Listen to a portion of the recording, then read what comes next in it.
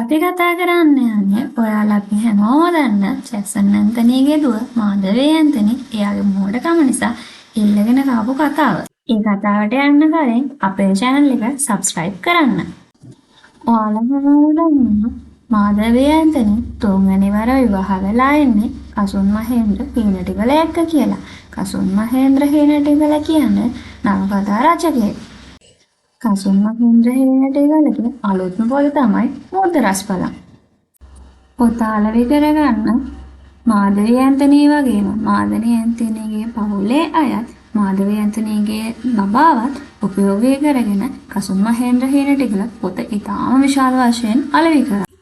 කොච්චර ආදායමක් ලැබුවත් පොත ගැන විවේචන නම් බාරගන්න කසුන්වත් මාධවීවත් සූදානමින් ඉඳලා නැහැ. කොහොම වුණත් රුපියල් 1850ක් දීලා මිලදී ගත්ත මේ පොතේ අන්තර්ගතයේ ගත යුත්තක් නැහැ කියලා බොහෝමයක් අය විවේචනය කළා තිබ්බා.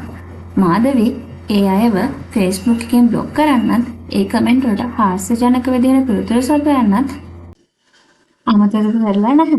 මාධවී ඇන්තනී කියන විදිහට එයාලගේ පොත ගැන කිසිම විවේචනයක් සමාජ මාධ්‍ය ජාලවල හෝ කිසිම තැනක ඒ විදිහට පළ කරන්නේ එයාත් එක්ක තියෙන ඉරිසියාවට කියලායි. එහෙම විවේචනය කරන අයට එයාගේ රසිකයන් ලවා බනින්න මාධවී ඇන්තනී දෙපාරක් හිතන්නේ නැහැ. ඒ වගේම මාධවී ඇන්තනීට සහ කසුන්ට ආදරය කරන රසිකයන් එයාලගේ පොත විවේචනය කරන අයට වෙලා බනින්න සමාජ මාධ්‍ය ජාල උපයෝගී කරගත්තා.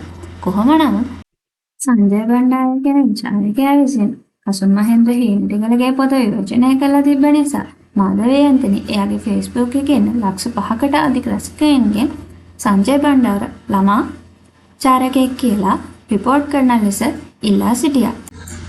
මේ වචනේ හෝමය කරපු දේ බරපතලක් නොතේරෙන මාධවී හිතුවේ සංජය බණ්ඩාරගේ account එක රිපෝට් කිරීම තුලින් තමන්ට විවේචනය එල්ලවීම කිසිදු දෙයක් සිද්ධ වෙන්නේ නැති බව.